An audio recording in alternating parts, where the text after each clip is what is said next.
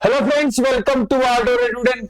और आज हम आपके लिए लेके आए न्यूज़पेपर एनालिसिस 12 फरवरी का। 12 फरवरी की जो पहली खबर है हमारी, वो पेरिस से आई है, जहां पर इंटरनेशनल एआई समिट हो रही है। ये तीसरी एआई समिट है और इस बार की एआई समिट हो रही है फ्रांस की राजधानी पेरिस के अंदर। एआई समिट को को चेयर कर रहा है इंडिया, और इंडिया के प्राइम मिनिस्टर मोदी कल वहां पहुंचे और उसके बाद उन्होंने एड्रेस की एआई समिट को। यहां उन्होंने ये कहा कि ये जो समय है ये एआई का समय है और ये एआई की एज है। यहां पर हमें काम करना पड़ेगा ताकि हम ऐसा फ्रेमवर्क डिसाइड कर सकें जहां पूरी पूरी अर्थ और पूरी ग्लोबल पावर एक साथ मिलकर ट्रस्ट के साथ अगर काम करेंगे और ट्रांसपेरेंसी रखेंगे तो जो एआई है वो लीप्स एंड बाउंड्स की तरह आगे बढ़ता रहेगा और बहुत अच्छे रिजल्ट देगा। यहां पर पीएम मोदी ने यह भी कहा कि हिस्ट्री ने हमें बताया है कि जब भी टेक्निकल एडवांसमेंट होती है उससे जॉब लॉस नहीं होता है। जिस तरह से जब कंप्यूटर्स आए तो लगा कि बहुत सारी जो जॉब्स हैं वो चली जाएंगी, वो नहीं गई। इसी तरह से अगर आप टेक्निकल एडवांसमेंट करते हैं तो उससे जॉबलेसनेस नहीं आएगी। यहां पर उन्होंने कहा कि हमें एक ओपन सोर्स बनाने की जरूरत है और ओपन सोर्स से हमारी सस्टेनेबिलिटी भी बनी रहेगी और जॉब है वो भी मेंटेन करती रहेगी। पीएम मोदी ने यह भी कहा कि जब सारा का सारा विश्व एक साथ मिलकर एआई के ऊपर काम करेगा और जिस तरह से जो चाइना का डीप सीक है उसने अपनी एआई की जो टेक्निकल एडवांसमेंट है वो सब ओपन सोर्स कर रखी है, सारा विश्व और उसके साथ साथ जितने भी जो टेक्निकल एक्सपर्ट्स हैं वो उन सब की रिसर्च को एक दूसरे के साथ देख सकते हैं, साझा कर सकते हैं। तो इसी तरह से हमें ओपन सोर्स के ऊपर काम करना पड़ेगा, ना कि लिमिटेड एडिशन के अंदर काम करना पड़ेगा। यह उन्होंने ये भी कहा कि अगर हम चाहते हैं कि वर्ल्ड आगे बढ़ता रहे और जो आर्टिफिशियल इंटेलिजेंस जिस तरह से पेस पर काम कर रहा है, हम चाहते हैं यहाँ डेवलपमेंट ज्यादा जल्दी हो, तो हमें एक इंक्लूसिव एनवायरनमेंट बनाने की जरूरत है जहां सारे के सारे मुल्क एक दूसरे के साथ काम करते हुए आर्टिफिशियल इंटेलिजेंस को आगे बढ़ा सके। जो प्रेसिडेंट इमैनुअल मैक्रों है उन्होंने कहा कि हमें इंडिया का जैसे इंटरनेशनल सोलर अलायंस इंडिया ने बना रखा है जिसको फ्रांस ने ज्वाइन कर रखा है, हमें ध्यान रखना पड़ेगा कि जो डाटा सेंटर एआई के लिए जरूरी होते हैं वहां पर हमें रिन्यूएबल एनर्जी की तरफ शिफ्ट रखना चाहिए। रिन्यूएबल एनर्जी या न्यूक्लियर एनर्जी की जो क्लीन एनर्जी है उस तरफ हमें जाना चाहिए ताकि उससे एक सस्टेनेबल एनवायरनमेंट भी बन सके।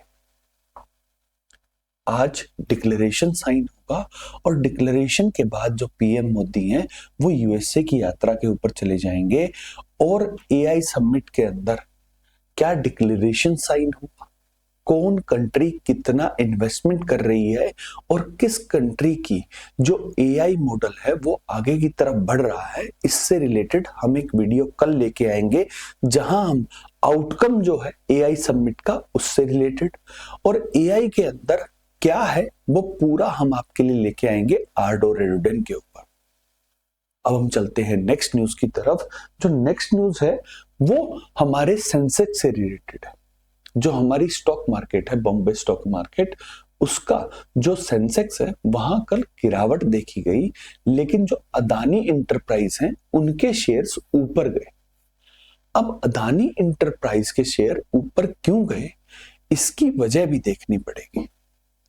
ओवरऑल सेंसेक्स नीचे इसलिए जा रहा है क्योंकि डोनाल्ड ट्रंप जब से 20 जनवरी 2025 से प्रेसिडेंट बने हैं तब से उन्होंने कहा है कि हम टैरिफ वॉर चला देंगे और पूरी ग्लोबल मार्केट जो टैरिफ वॉर की वजह से नीचे जाती जा रही है, वहीं अदानी के जो शेयर्स हैं वो ऊपर इसलिए गए क्योंकि कल डोनाल्ड ट्रंप ने एक एग्जीक्यूटिव ऑर्डर साइन किया और उन्होंने कहा कि जो 1977 का जो एक्ट था जिसका नाम था FCPA, उसको उन्होंने खत्म कर दिया है।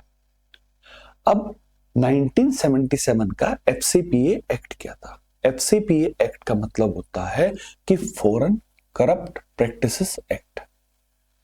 यहां पर जो यूएसए में लिस्टेड जितनी भी कंपनीज हैं, अगर किसी दूसरे देश के अंदर वो ब्राइबरी करती हैं या किसी भी करप्ट प्रैक्टिस के अंदर अगर फंस जाती हैं, तो उनके ऊपर केस चलता था यूएसए के अंदर।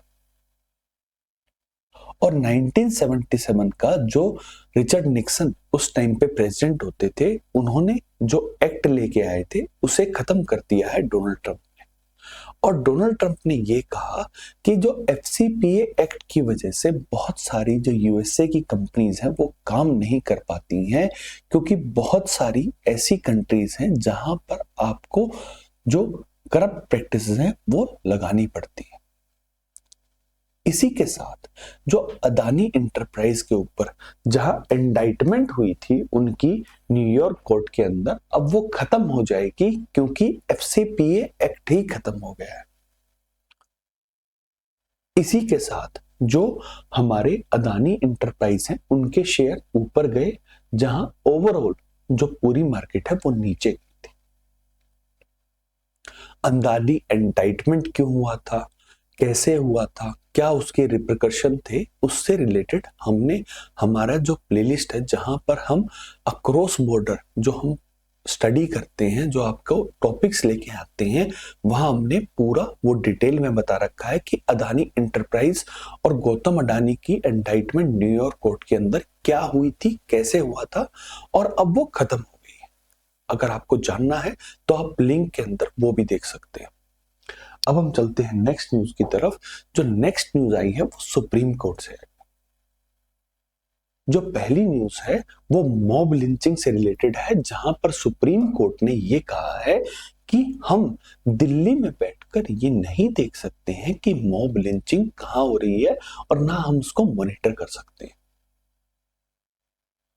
यहां पर एक केस आया जहां जो केस के अंदर ये पिटीशन लगाई गई थी कि आप मॉब लिंचिंग से रिलेटेड एक गाइडलाइंस जारी कीजिए, और मॉब लिंचिंग के अंदर जो भी लोग विक्टिम होते हैं उनके लिए आप एक कंपनसेशन जारी कीजिए। यहां पर BR गवई की जो बेंच यहां पर बैठी थी, तो उन्होंने कहा कि जो मॉब लिंचिंग की जो इंसिडेंट है वो स्टेट सब्जेक्ट है, क्योंकि ऐसे incident state to state vary कर सकते हैं और उनकी ग्रेविटी भी वेरी कर सकती है। सुप्रीम कोर्ट जो अगर गाइडलाइंस जारी कर देगा तो हमारे संविधान के 171वें आर्टिकल के तहत वो बाइंडिंग हो जाता है हर कोर्ट के ऊपर। तो इसीलिए अगर आपको कंपनसेशन चाहिए और जिस तरह से आप चाहते हैं, तो आपको पर्टिकुलर डिस्ट्रिक्ट कोर्ट और स्टेट हाई कोर्ट के अंदर जाना चाहिए, क्योंकि ये स्टेट सब्जेक्ट है। और जिस ग्रेविटी के अंदर ये मॉब लिंचिंग हुई है, तो वहां पर उस स्टेट के अकॉर्डिंग, लॉ के अकॉर्डिंग ही हम ये बता सकते हैं कि क्या कंपनसेशन होना चाहिए। ये स्टेट गवर्नमेंट डिसाइड करेगी और स्टेट की जुडिशरी डिसाइड करेगी। वहीं जो नेक्स्ट खबर है वो इलेक्शन कमीशन से रिलेटेड है, जहां पर जो हमारे CGI संजय खन्ना जी हैं, उन्होंने कहा कि हमने ये एक ऑर्डर जारी किया था कि जो EVM है उसके अंदर में अगर हैकिंग हो रही है या नहीं हो रही है, या टेम्परिंग है या नहीं है, यहां पर उन्होंने कहा कि किसी भी तरह का कोई भी डाटा ना तो इरेज होना चाहिए, ना ही रीलोड होना चाहिए। यहां पर सुप्रीम कोर्ट ने कहा कि हमने ये ऑर्डर दिया था कि जो EVMs हैं उन सबको चेक करना चाहिए बाय इंजीनियर्स, और उनकी जो माइक्रोचिप है उसको देखना चाहिए कि वहां पर कोई टेम्परिंग हो रखी है या नहीं हो रखी है। यहां पर उन्होंने कहा कि जो मॉक ड्रिल के टाइम पर कई बार जो डाटा वहां पर स्टोर हो जाता है उसको हटा दिया जाता है। इस सब ये जो प्रैक्टिस है इसको बंद कर देना चाहिए, इरेज और रीलोड नहीं होना चाहिए। अब देखना ये होगा कि इलेक्शन कमीशन 3 मार्च तक जब इसकी नेक्स्ट डेट हियरिंग आएगी, वहां पर अपना क्या एफिडेविट देता है और इस पूरी ग्रेविटी को हम समझ पाएंगे जब जजमेंट आएगा। अभी तक सुप्रीम कोर्ट ये पूरी तरह से सुनिश्चित कर चुका है अपनी प्रीवियस जजमेंट के अंदर कि ईवीएम के अंदर कोई भी टेम्परिंग नहीं होती है, और उसी टेम्परिंग के तहत ही सुप्रीम कोर्ट ने कहा था कि आप इंजीनियर्स लेके जाइए और जितने भी पिटिशनर हैं वो सब अपना डाटा मैच कर सकते हैं, और उसके बाद हम एक जो एयर है कि ईवीएम के अंदर टेम्परिंग हो सकती है वो हम क्लियर कर सकते हैं। सुप्रीम कोर्ट की ये प्रॉपर रिस्पॉन्सिबिलिटी बनती है कि वो जो जितने भी लोग हैं उनसे रिलेटेड जितने भी केस हैं वो सब सुने और जजमेंट देकर वहां पर न्याय दे। अब देखना ये होगा कि 3 तारीख को जो इलेक्शन कमीशन है वो इससे रिलेटेड क्या एफिडेविट देता है और उसके बाद सुप्रीम कोर्ट इस पर्टिकुलर केस के अंदर क्या फैसला लेता है। अब हम चलते हैं सुप्रीम कोर्ट से पार्लियामेंट के अंदर, जहां हमारे संसद के अंदर अभी बजट सत्र चल रहा है। बजट सेशन के अंदर जो हमारी फाइनेंस मिनिस्टर हैं निर्मला सीतारमण जी, कल उन्होंने बजट से रिलेटेड जो सवाल हैं वो लोकसभा के अंदर लिए और उन्होंने कहा कि जो इकोनॉमी है वो स्पीडी रिकवरी की तरफ चल रही है। उन्होंने ये भी बताया कि जिस तरह से इस बार के बजट के अंदर जो चेंजेस किए हैं उससे मार्केट के अंदर मार्केट कैपिटलाइजेशन बढ़ेगा और मार्केट कैप बढ़ने की वजह से जो स्पेंडिंग है वो भी बढ़ेगी। उन्होंने इस बात का स्पेशल मेंशन किया है कि हमारी जो ग्रोथ जो इस बार एंटिसिपेटेड है वो 8% की रहने वाली है, और इसी के साथ पूरे विश्व के अंदर जो इंडिया है वो फास्टेस्ट ग्रोइंग इकोनॉमी बना रहेगा। उन्होंने स्पेशल मेंशन किया कि जो फिस्कल डेफिसिट है, जो वित्तीय घाटा है, वो कम ही रखा गया है, 4.3% ही रखा गया है, और जो आरबीआई के गाइडलाइंस के अकॉर्डिंग ही है। यहां पर एक बजट सेशन के बाद, बजट सेशन के दौरान ही लोकसभा के अंदर जब हमारे जो स्पीकर हैं ओम बिरला जी, उन्होंने कहा कि जो प्रोसीडिंग होती है लोकसभा की अब वो 6 अलग भाषाओं में और ज्यादा बदली जा सकती हैं। आप 6 भाषाओं में आप उसकी ट्रांसलेशन सुन सकते हैं। ये 6 भाषाएं जो अब नई इंक्लूड की गई हैं, यह है बोडो, डोंगरी, मैथिली, मणिपुरी, संस्कृत और उर्दू। यहाँ पर जो तमिलनाडु से जो मुना सोरी मारन है, उन्होंने कहा कि आप संस्कृत के अंदर क्यों टैक्स पेयर का खर्चा कर रहे हैं, क्योंकि संस्कृत स्पीकिंग लोग बहुत ज्यादा कम है। यहाँ पर ओम बिरला ने बताया कि आप भारत के अंदर रहते हैं और भारत की जो सबसे एंशिएंट लैंग्वेज है, जो मदर ऑफ ऑल लैंग्वेज है, वो संस्कृत है, तो इसीलिए संस्कृत के अंदर भी ये ट्रांसलेशन होगा। दूसरा जो संस्कृत है वो हमारी जो प्रिस्क्राइब्ड लैंग्वेज है, जो 22 ऑफिशियल लैंग्वेज है, उसका पार्ट है, इसीलिए संस्कृत के अंदर भी ट्रांसलेशन होगी।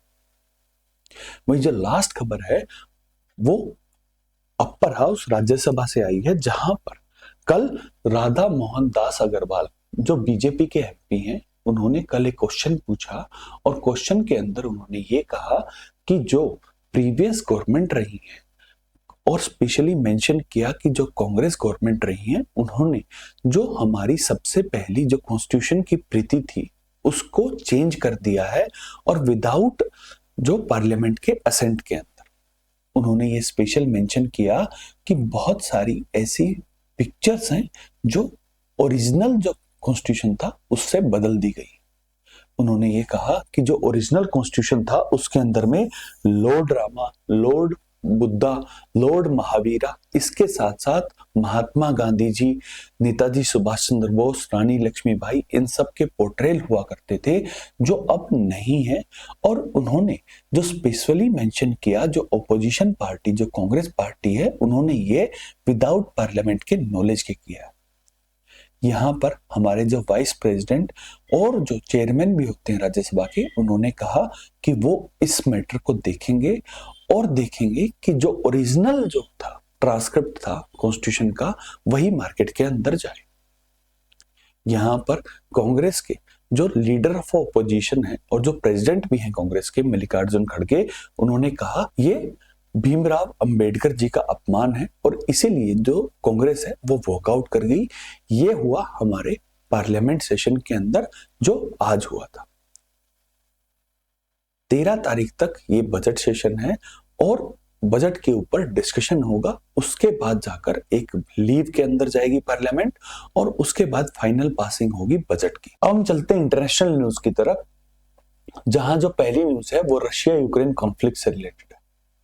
जो रशिया यूक्रेन कॉन्फ्लिक्ट जो 24 फरवरी 2022 को शुरू हुआ था और 3 साल होने को आए हैं, अभी तक किसी भी तरह का जो रशिया और यूक्रेन का जो कॉन्फ्लिक्ट है वो अभी तक खत्म नहीं हुआ। यहां पर अब जो डिफेंस सेक्रेटरी हैं यूएसए के, जो पीट हेल्स्टग हैं, वो पहली बार अब कीव जाएंगे और अब देखेंगे कि जो यूएसए जो एड बंद कर दी और 2 दिन पहले जब यूक्रेन के जो राष्ट्रपति हैं व्लादिमीर जेलेंस्की, उन्होंने ये एक ऑफर दिया था यूएसए को कि आप हमारे $500 बिलियन का जो रेयर अर्थ मिनरल्स है वो आप एक्सट्रैक्ट कर सकते हैं, बशर्त आप यूक्रेन को फंडिंग करते रहें। उसके बाद डिफेंस सेक्रेटरी का जाना, और डिफेंस सेक्रेटरी जो इंडिया के रेस्पेक्ट में डिफेंस मिनिस्टर ही होता है, अब वो जाएंगे और अब देखना ये होगा कि रशिया यूक्रेन कॉन्फ्लिक्ट कहीं खत्म होगा या नहीं होगा। वहीं कल डोनाल्ड ट्रंप जो प्रेसिडेंट है यूएसए के, कल वो एक इंटरव्यू दे रहे थे फॉक्स के अंदर। उन्होंने कहा कि रशिया यूक्रेन कॉन्फ्लिक्ट के अंदर क्या पता रशिया यूक्रेन को हथिया भी सकता है, लेकिन हमें ये चीज ध्यान रखनी चाहिए कि हम जो यूएसए एड दे रहा है, जो उनको लड़ने के लिए मदद कर रहा है, हमें ये ध्यान रखना चाहिए कि उससे यूएसए को फायदा क्या हो रहा है। और उन्होंने भी स्पेशल मेंशन किया कि जो $500 मिलियन के जो रेयर अर्थ मिनरल्स जो यूक्रेन के पास है, अगर कोई डील होती है तो उसके बाद ही जो यूएसए है वो सपोर्ट करेगा यूक्रेन को। जब जेलेंस्की कह चुके हैं तो इस हिसाब से जो रशिया यूक्रेन कॉन्फ्लिक्ट है वो अभी आदि काल तक चल सकता है, क्योंकि यूएसए को अब रेयर अर्थ मिनरल दिख रहे हैं यूक्रेन के अंदर। वहीं दूसरी तरफ जो रशिया है उसके सपोर्ट में जो नॉर्थ कोरियन 11,000 ट्रूप्स अभी भी लड़ रहे हैं यूक्रेन के अंदर।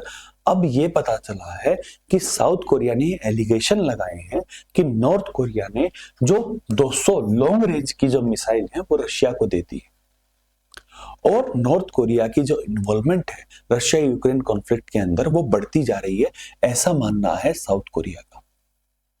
अब मेन बात मुद्दा यही आता है कि रशिया यूक्रेन कॉन्फ्लिक्ट जो है वो खत्म होगा या नहीं होगा।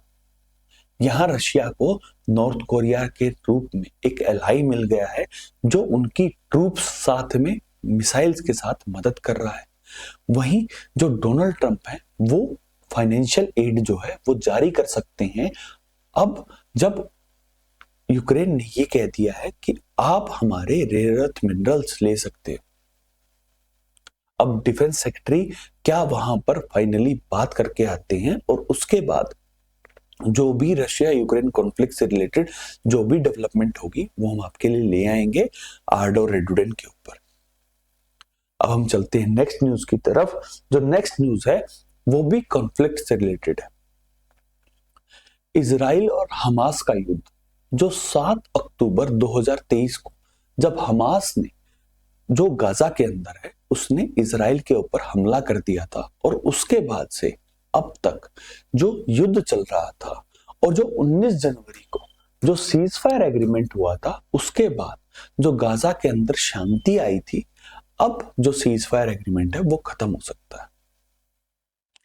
क्योंकि कल मैंने आपको बताया था कि हमास ने ये कहा कि हम जो इजरायली होस्टेजेस हैं उनके पास वो छोड़ना बंद कर देंगे, क्योंकि इजराइल सीज फायर की जो एग्रीमेंट था और जो उसके अंदर में डील थी उसके ऊपर में पूरे ढंग से काम नहीं कर रहा है, और जो 600 ट्रक की ह्यूमैनिटेरियन मदद और जो फिलिस्तीनी लोगों को छोड़ना था वो नहीं कर रहा है।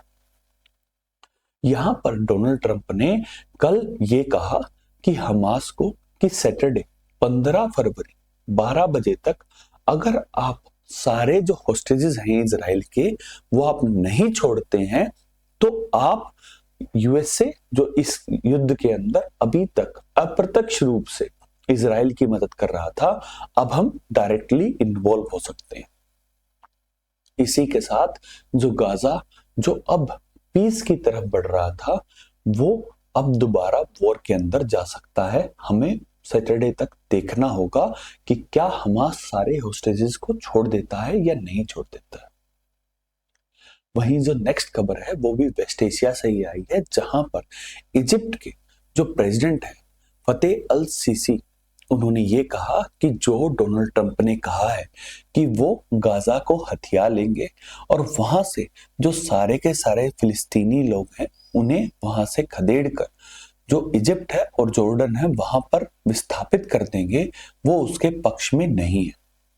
उन्होंने ये कहा कि हम चाहते हैं कि गाजा का रिकंस्ट्रक्शन हो, लेकिन जो फिलिस्तीनी लोग हैं वो वहीं पर रहें। और इसी के साथ जो डोनाल्ड ट्रंप का जो प्लान था, अब उसके ऊपर जो इजिप्ट है उसने मनाही कर दी है। अब रशिया यूक्रेन कॉन्फ्लिक्ट के साथ साथ जो इजराइल हमास कॉन्फ्लिक्ट, जो वर्ल्ड के अंदर जो दो मेन कॉन्फ्लिक्ट चल रहे थे, अब उनका क्या होगा वो हम नेक्स्ट जब भी जो भी डेवलपमेंट होगी वो हम आपके लिए आएंगे। That's all for today. Thank you very much and please subscribe to our. Thank you.